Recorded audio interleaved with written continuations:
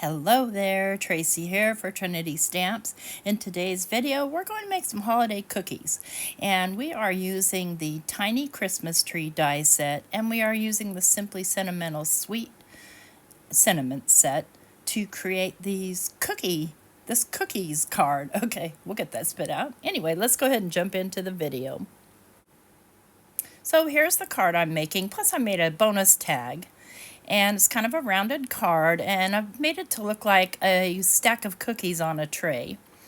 And we've got our Tiny Christmas Tree die set, and then we've got our Simply Sentimental Sweet Stamp set and coordinating die, which I'll be using both.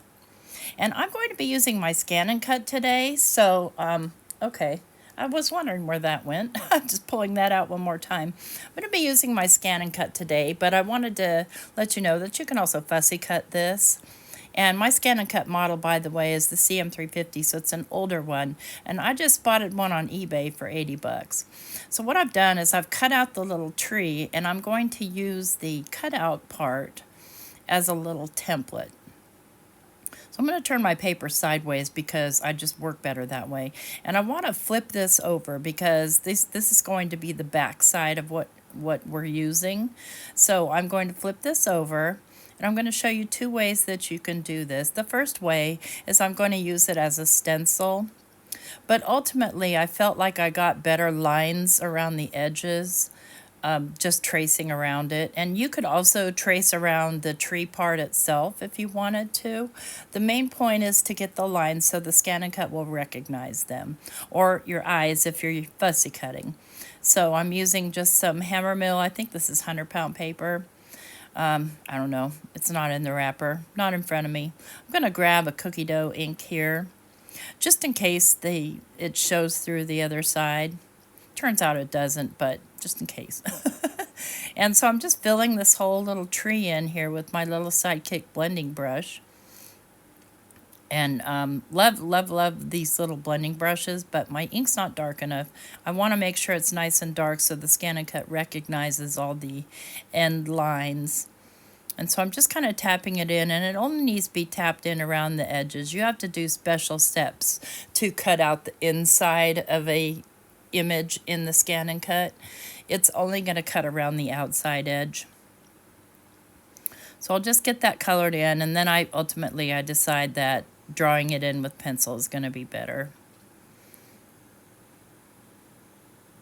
So I'll just pull it back up, just making sure that all those edges are nice and covered. But when I pull my little stencil up, I feel like they're just not delineated enough and are not sharp enough. My Scan and Cut might not recognize it properly.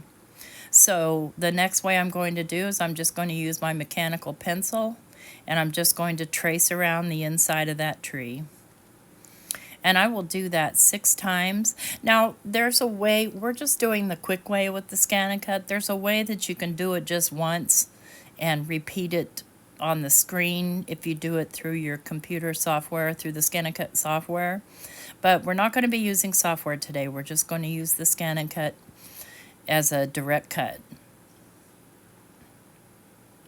So yeah, you can still get the older models, and mine it's an older model. The newer ones have even better, they have a print and cut feature too. But I digress. You can use your scissors too. And the whole point is that I'm trying to make a cookie crust. So there, I've traced that one. I'll do the other ones off camera, and then I'll show you how to set it up. So I'm going to do 6. I was thinking I'd do 9, but I decided to do only 6. And here they are, drawn out. And it was fairly easy. Now, if you're going to fussy cut that, you're going to want to offset that because you want the cookie edge to show. So just do that if you fussy cut. If you're going to use your Scan and Cut, I'm going to show you how to offset it on the Scan and Cut. So the first thing I'm going to do, and just excuse the heck out of my filthy, dirty, old Brother Scan and Cut mat. It's the only one I have, and I don't use it often enough, and I really should, to warrant buying another one, so I just tape my stuff down. If yours still has the sticky on it, great. And listen, if you're one of those many people I know who still have one sitting in the box, get it out. Okay, so we're over at my Scan and Cut here, and I'm going to go ahead and load my mat. So I'm just making sure it's under the wheels, and then I'll just push the button to load the mat. And I'm going to click Scan, and I want to do a direct cut. And I'm going to scan it to the machine. And I'll just press the start button, and then the Scan and Cut will read my pattern. And if your lines are obscured or weird or broken in any spot, the Scan and Cut will recognize that too, and sometimes not cut correctly. So you'll see that in a couple of spots, but not bad. So now I'm just going to use my stylus here and frame my image. I don't need the whole thing, because it'll pick up little specks of dirt and everything else too. So I'm going to click OK, and then the Scan and Cut will recognize the pattern. And it takes a couple of minutes. I do have this sped up. I wasn't even sure I was going to be able to film this part, but I'm glad I was. So now you can see that it's made black lines around the edges, so I'm okay with those. Going to click OK, and now I want to hit this little offset button. And I want to do my offset distance at, I think I'm going to go 0.08. I was thinking 0.12, but it gets a little close to the edge there. In hindsight, I could have done that, but I think 0.08 is just fine. And you can do this with your sentiments too if you want to. So I'm going to go 0.08. I'm going to click OK. Going to click OK, and it'll process it. Then I'll click Cut. And once it's processing, when it decides it likes me and wants to work properly, I'm going to hit Start. And it's just so much faster to do this than to fussy cut 6 of them. If you were just doing one, no big deal. Fussy cut it, by all means. And what that's going to do is just going to cut out those 6 little trees. And it does a little weird loop-de-loop on a couple of them, and I'm not quite sure why. At some point, I'll show you guys how to calibrate your Scan and Cut if it does do weird things like that. And it may be time for me to calibrate again. Super easy to do. And so that's just a little knife blade in there that cuts it out, just like your Cricut or your Silhouette. And it said 2 minutes. Of course, again, I have this sped up, but I did want to show you the whole process. We'll get these last couple of trees cut out.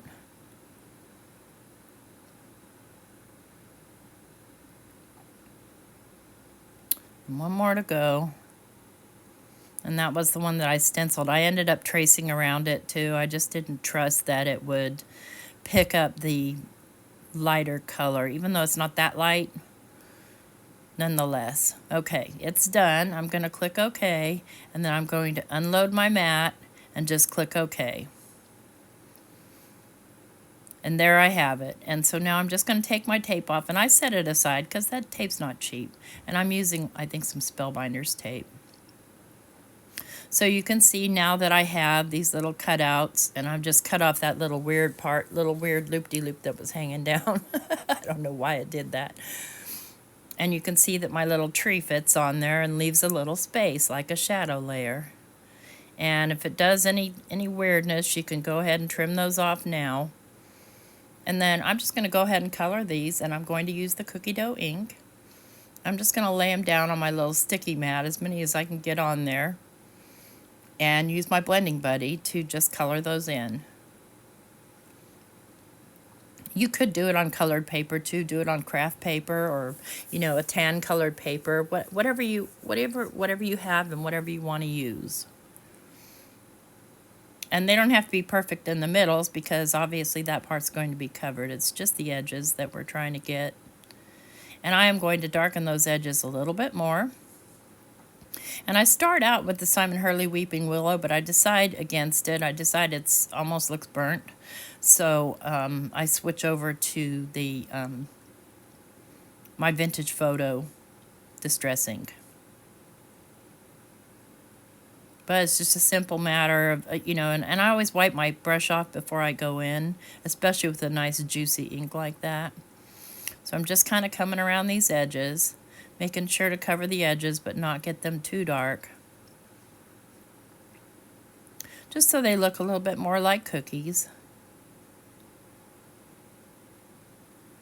Simple to do. There's just a lot of them. And in my particular card design, maybe you're just doing one. You only need one, but what the heck.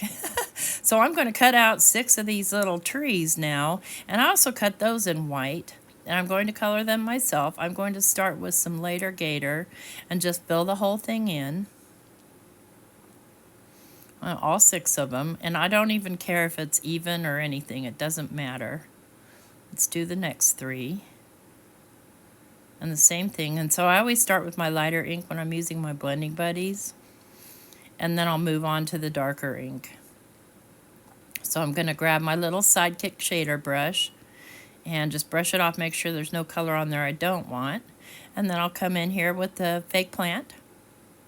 So use what you have, light green, a medium green, and a darker green, whatever you have. Or cut them out of green paper. But one thing I like about these shader brushes is the fact that it's got that sort of little kind of almost pointy. It's not really pointy. It comes to a rounded point so that you can get into all those little nooks and crannies when you're shading. And I do have this sped up, by the way. My hands will never work that fast. I can't imagine any part of my body working that fast except my heart. Okay, I've got those all colored in, and now I'm just going to come in with some white and kind of just give it a little bit of highlights. Most of that won't even show, but just to kind of make the frosting look, a little bit more like frosting. I'll do all 6 of those. And they're not all exactly the same, obviously. I did make sure that they were completely dry. But as you guys know, I struggle often with my white gel pens, even the number 10. But the drier the ink, the better it works. And it works especially better on alcohol marker, but I digress. We're just grabbing a little bit of light here. Then once I get that all done, I'm going to have to cut out all the rest of the parts and cut out enough for 6 trees. So, and that will all get done off camera because nobody wants to sit there and watch you repeat cutting things over and over again. All right, I've got my white on, and here I'm going to grab the other little parts, and looks like some of my tiny snowman parts got into that set, but that's okay. And ultimately I end up deciding not to do the trunks, but I'm going to do this is a white glitter paper. So I'm going to do the garland and the white glitter. And then I'm going to do the ornaments in this sort of flat glitter paper, and I'm going to do the stars in gold.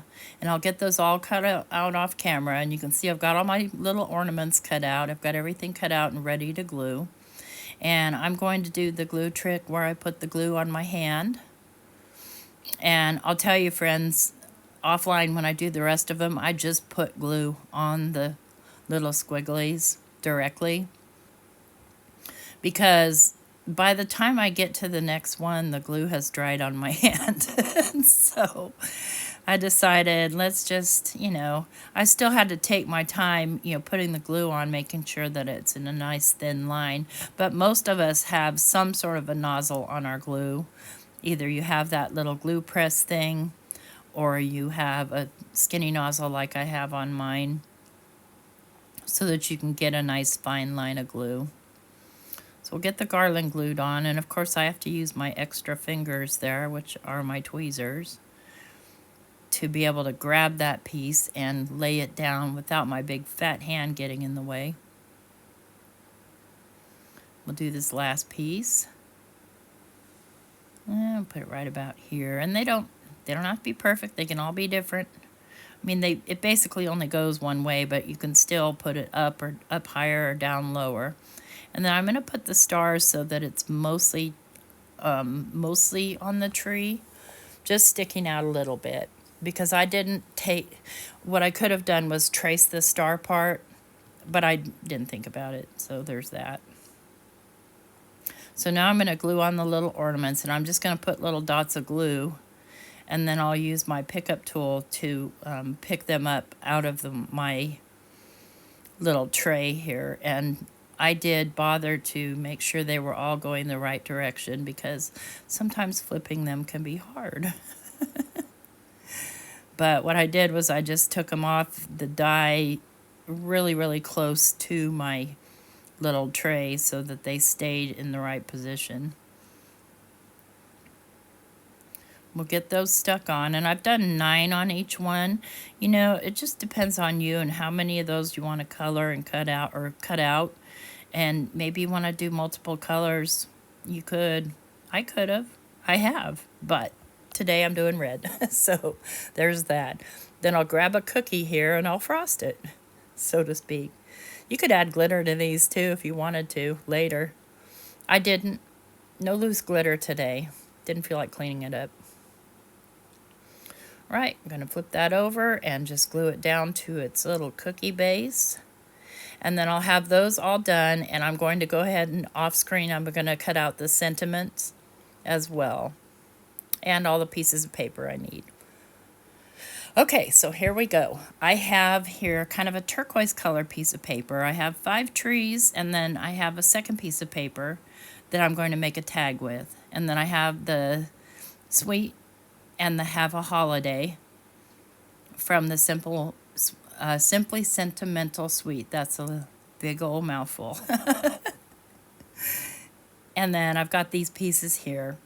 And the first thing I want to do is I want to do some splattering on my blue paper. So it's kind of a teal paper. What a surprise. I happen to like that color quite a lot.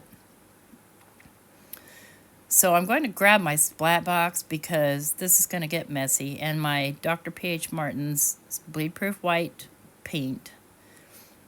And in case you're wondering, I line my splat box so that it lasts me longer. I'm just going to grab a brush here, and I'm going to grab a little bit of the paint, and selecting a brush. This brush will do. And I've got a little something heavy to tap on it. You can use a pen or your what do you call that tool that I just had in my hand? You know, it's for making creases in paper. I can't think of the name of it. Anyway, that thing. One that I don't mind getting paint all over, because I do use it for splattering quite a lot. And since this is so thick, I'm just going to add a little bit of water to it and just take that brush, swirl it around, and tap it onto the paper. And then I'll use my little wannabe bone folder. It's not really a bone folder. It's not made of bone, but, you know, something kind of heavy to help splatter that paint onto the paper. And I do want to let that dry 100% before I move on to the next step, because I don't want it to smear everywhere. And I'm making sure I get plenty of little dots. So we'll let that dry, and then we'll be back to put these cards together, or put the card and the tag together. So I'm starting with the tag, and I've got a couple of little punches here, but you could use scissors too. And I'm going to round the corners, all 4 corners on the card piece, and I'm going to round the bottom corners on the top piece, and then cut the corners with my tag cutter. And I also want to round the corners here on my card base and on my matte layer, which is going to be the same size as the card base. Let's scooch all that junk off of there. And I'll go ahead and just glue this directly down, so it covers the whole thing. And yep, I realize it's folding the wrong way. It just, when I picked it up, I didn't notice it until it was too late. Then I'm going to glue these 2 pieces together, and I'm going to punch a hole in there with my punch, and I'll go ahead and glue this piece, the background piece, down onto the card base. And I'll start with my tag, and my tag's not going to have a sentiment on it. It's just going to have the tree. I had an extra tree, and I thought, you know what, why not make a matching tag? Because maybe you're giving a special Christmas present and you want your tag to match your card. So I'm using little 3M foam squares, and I will have everything listed in the description box down below, of course. And I'm just going to pop up my tree on a very low profile, and then I'm going to go ahead and make a half hitch loop here, tighten that up, and then make a bow, and that's the end. The tag is done. I'll probably add some embellishments to it. So then we'll go ahead and put the card together. And I'm just taking my trees, and I'm taking the first two, and I'm trying to make this look like a plate of cookies, like a tray of cookies. So I'll pop that middle tree up, just so it can kind of hang over the other trees. And we'll pop that guy up here, and then we're going to pop these bottom two up as well. And I realized later that I should have put a support piece there, and I'm going to end up putting one on because I can see it needs it. I'm just going to tuck it up underneath of there and then peel the backer off. And then I'll go ahead and add foam tape to this piece too. And then just go ahead and put my support piece on now that I know I need one. Just pull my backers off, and yep, I just toss them. And then I'm going to take my sweet, and I did that on craft with the white glitter paper. I'm going to kind of hold it down, and it's kind of bridging across that middle tree. So I'll just put a little magnet on it to kind of help it start to grab, because it's grabbing on multiple surfaces. And I'm going to grab my sparkle spots, and I don't remember the color of these. I will list it in the description box. So I've got my Have A, and I just stamped that in red on the same blue paper. So Have a Sweet Holiday, and then I'll just add my embellishments, and these things will be done. Now I want to make sure that when I'm doing these sparkle spots, I want my sparkles facing up. You can have them facing either way, but I want them the most sparkly, so facing up is the best way, so the rough side goes up. And sometimes they flip over on me or I don't notice, but I'm trying to be careful to notice. Let's add some to our little tag, because you can never have enough bling. And you know, friends, the camera never gives it justice about how much sparkle is really there. But there's the little tag, and here's our little card. I hope you liked the video. If you do, please leave us a thumbs up. Here's some still pictures. Hey, and if you're not already subscribed to the Trinity Stamps channel, please consider subscribing and hit that notification bell so you get notified every time we upload a new video. Thank you so much for your time today. Have a good one. Bye-bye.